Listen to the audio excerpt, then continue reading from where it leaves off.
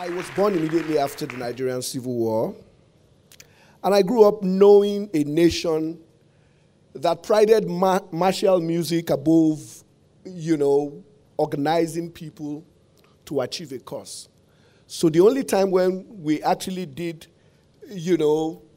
notice a change is when you hear the sound of martial music that will go this way, fellow Nigerians. And at the end of it all, we will come back with our stories of disappointment, and then we'll listen to another round of martial music by another set of so-called revolutionaries saying that they can make things better. And this went on and on and on and on, but we did not see the change we desired. Now, let's look at it this way. Over time, one of the guys who actually sang that martial music and spoke to us, telling us that the route to the future will be brighter, suddenly decided it was time to give us democracy. And he shifted the goalpost a couple of times. And at the end of it all, he decided, I'm going to step aside and have you guys just run your own affairs. At the end of it all, there was so much strife, so much, a lot of people died. And somehow another martial music came, and then we began again the game of musical chairs until somehow by divine intervention, democracy arrived. Now we've been a democratically run country, or so to speak, in the last 19 years, going on 20 years. But are we yet a nation? And that's the question that is actually at the root of a lot of the social tension we've seen in Nigeria in since this democratic experiment started. But let's take a look. Where are we coming from? Nigeria, beyond independence, is actually 103 years old, right? A beautiful country. And whether by the machinations of the British or whether by design or divine design, a man named Frederick Lugard decided that to get economies of scale, it would be better to actually merge, essentially, two protectorates, the northern and the southern protectorate with the colony of Lagos, to kind of like get a nation, so that you could then build rail networks that could connect these two protectorates to the ports at the colony of Lagos and probably in Calabar, to get cash crops through the ship to the west. And that was how Nigeria was born. And in giving birth to the nation, we just suddenly found out that this nation became the most populous black nation on earth with a lot of potential. And a lot of people speculated about it becoming the next superpower. And so in 1960, there was a whole lot of fever pitch and anticipation as to the fulfillment of the destiny of this nation. But all of a sudden, we started to notice that a whole lot of things, are not quite there yet with nationhood.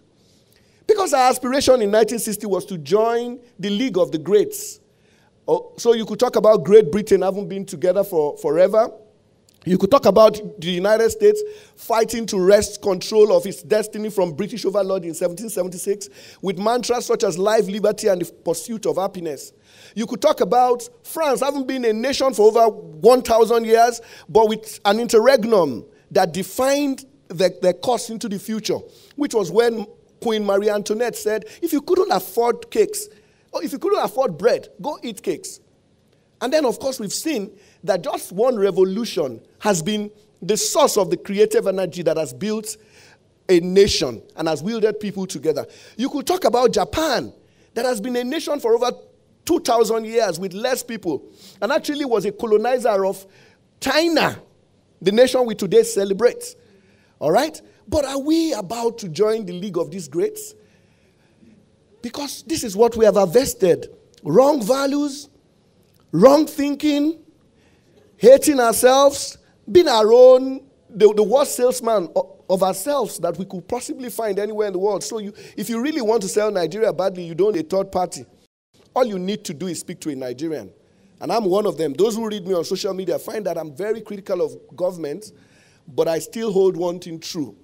We can only go as far as our nation travels. And that's why if you give birth to a child in America and you give birth to another child in Nigeria, and both of them were endowed with the same potential, possibilities are the environment will determine their future. So how, in this kind of environment, can we possibly determine the future of bright and young people all seated around this corner and hoping for a better time? So a moment to reflect. How do we build that nation? Because a nation can only be built out of consensus. It can't be built out of strife. Of course, we can disagree, but we must never take entrenched position to the extent that it starts to hurt that union. Then you will have no nation. Because indeed, a nation is more than just a geographic location. Otherwise, Falkland Island wouldn't be part of Britain because it's so far-flung from Britain. So it's not about having geographic possibilities that define a nation. But then who is a Nigerian? How do we identify ourselves? A lot of us will identify ourselves first in our own little corner. Maybe I identify myself as a Yoruba man before I identify myself as a Nigerian. But again, are we then going to have 371 nations? Because that's the only way some people will push that there could be peace. Or are we just going to start by having 3 first and align ourselves also balkanize and fight like South Sudan is currently doing after gaining independence from the almighty Sudan? So how do we see Nigeria? That identity crisis is constantly the thing that stands as a clog in the wheel of development. And until we address that identity crisis, need to say that we may possibly be going nowhere. Because a nation is about shared identity and shared prosperity. Because if we don't believe that we are sailing in the same boat, how can we possibly sail against other tide beyond just that which we battle internally? So, how do we get there?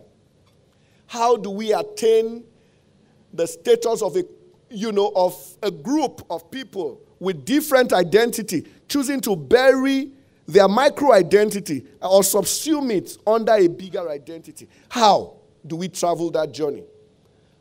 It's a question a lot of people are asking. It's a question of, how do we manage diversity? How do we lower social tension and be able to actually come to the table with ideas that can be world beaters and deliver to us that Nigeria which we desire? Because until we get to that point where we're beginning to ask ourselves those questions, we simply are not going to go anywhere. And that's why a lot of people have come to say, we don't have an insurmountable problem. Some other people have come to describe that problem as economic, that if you could guarantee prosperity for a greater number of people, you possibly will be able to address that national question. Some other people have then said, look, you couldn't possibly even guarantee prosperity for the majority of people if you don't address this question. Because it's a question of how do we manage different jurisdictions?